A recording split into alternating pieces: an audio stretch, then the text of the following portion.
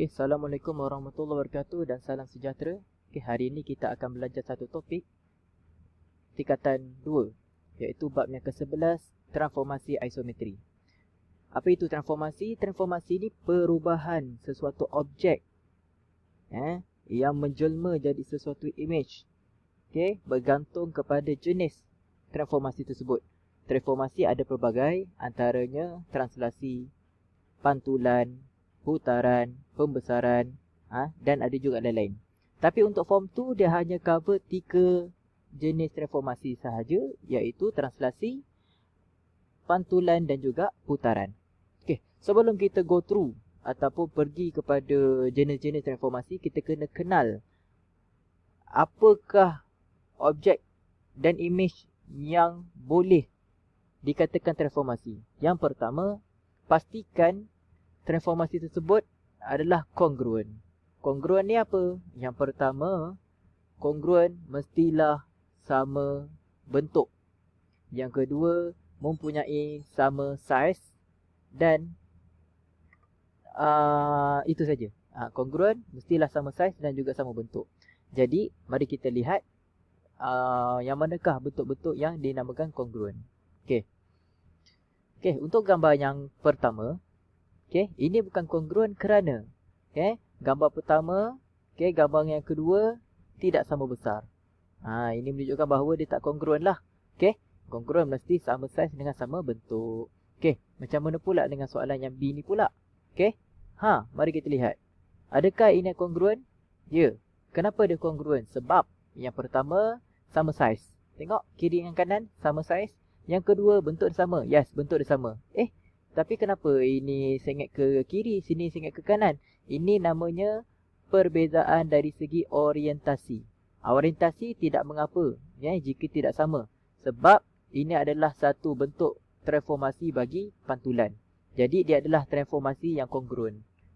Kerana ia mempunyai saiz yang sama dan juga rupa bentuk yang sama juga. Seterusnya, soalan yang C pula, adakah ia kongruen? Mari kita lihat. Ya, ini kongruen. Kerana saiz dan juga bentuk sama. Dan kita terus kepada soalan D. Kita lihat soalan D. Ternyata tidak samalah. Bukan kongruen lah. Pertama, saiz berbeza. Yang kedua, dia punya rupa bentuk pun berbeza. Seterusnya, kita nak nyatakan adakah perkara-perkara yang berikut ataupun gambar-gambar yang kita akan jumpa ni sesuatu bentuk transformasi ataupun tidak. Apa beza, apa yang dikatakan kongruen dengan transformasi? Saya ulang balik. Kongruen mempunyai saiz yang sama, begitu juga mempunyai bentuk yang sama. Manakala transformasi hanya bentuk sahaja yang sama. Jadi jika kita nak bandingkan dengan kongruen, perbezaan dia satu sajalah. Kalau kongruen, saiz mesti sama. Kalau transformasi, tidak semestinya sama. Sebab ada satu transformasi yang namanya adalah pembesaran. Maka pembesaran itu tidak akan berubah dia punya saiz. Adapun bentuk, sama. Mari kita lihat. Soalan 2A. Adakah transformasi? Yes. Dia adalah transformasi. Jika kita lihat, ia punya bentuk sama, saiz sama dan orientasi sama. Jika kita dalami, ini adalah salah satu bentuk transformasi bagi translasi. Yang seterusnya, adakah ia adalah transformasi? Jawapannya adalah ya. Kerana rupa bentuk dia sama, begitu juga saiz dia sama. Yang penting rupa bentuk sama, itu je. Itu beza, kita nak bezakan kongruen dengan transformasi. Transformasi hanya bentuk sahaja sama. Adapun saiz tidak mengapa berbeza. Yang seterusnya, bagaimana pula dengan soalan C? Ternyata bukan transformasi lah, kerana bentuk berbeza. Kita pergi topik yang seterusnya, iaitu translasi. Translasi ni pergerakan sesuatu objek kepada image dalam pergerakan kiri dan kanan, begitu juga atas dengan bawah. Seperti mana kita belajar bab koordinat, kita belajar koordinat yang belah kiri adalah X, yang belah kanan adalah Y. Sekarang kita nak tukar kepada bentuk vektor. Okey, bentuk vektor sama sahaja bentuknya seperti koordinat. Cuma bentuknya ke atas dan ke bawah. Okey, di mana X berada di atas dan Y berada di bawah. Diingatkan ini bukan pecahan. Ini bukan pecahan. Okey, jadi seperti mana kita tahu X adalah pergerakan pada pasir X, maksudnya kiri dan kanan. Yang mana kita tahu dekat graf kalau ke kanan dia merujuk kepada positif, ke kiri dia merujuk kepada negatif. Begitu juga dengan Y. Kalau ke atas dia merujuk kepada positif dan ke bawah negatif. So apa yang kita boleh faham dekat bentuk vektor bagi translasi, X adalah pergerakan kanan dan kiri. Jika dia adalah positif maka dia bergerak ke kanan. Jika dia adalah negatif dia bergerak ke kiri. Begitu juga dengan nilai yang berada di Y ini. Jika dia positif maka dia akan bergerak ke atas. Jika dia negatif maka dia akan bergerak ke bawah. Mari kita lihat satu contoh soalan.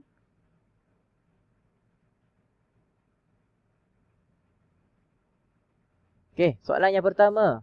Seorang suruh lukiskan imej bagi objek yang berikut di bawah translasi yang diberi. Translasi dia bagi 3, -3. Yang mana kita tahu 3 ni pergerakan kanan kiri. Dia bergerak ke mana? Kanan ke kiri? Kita lihat dia punya simbol. Simbol positif atau negatif. Okey, ternyata 3 ni adalah positif. Kalau positif bermaksud dia bergerak ke kanan. Okey, bagaimana pula dengan negatif 3? Kita tahu yang bawah ni adalah nilai Y, pergerakannya di atas dan di bawah. Jadi mana satu? Berada di atas ke berada di bawah? Oleh kerana nilainya negatif maka dia akan turun ke bawah. Okey. Jadi kita nak lukis imej bentuk heksagon. Jadi yang kita kena lukis pun bentuk heksagon juga. Bagaimana? Setiap heksagon ni mempunyai bucu.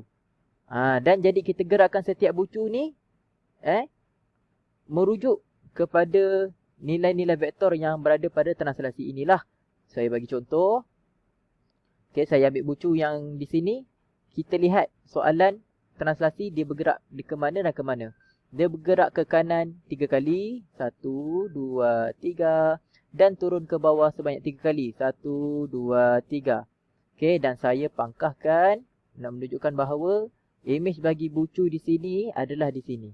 Okey, saya sambung untuk bucu yang seterusnya. Okey, saya kira 1, 2, 3. 1, 2, 3. Berhenti di sini. Okey, bucu yang di sini pula. 1, 2, 3. 1, 2, 3. Okey, dan kita teruskan dengan bucu di sini. 1, 2, 3. 1, 2, 3.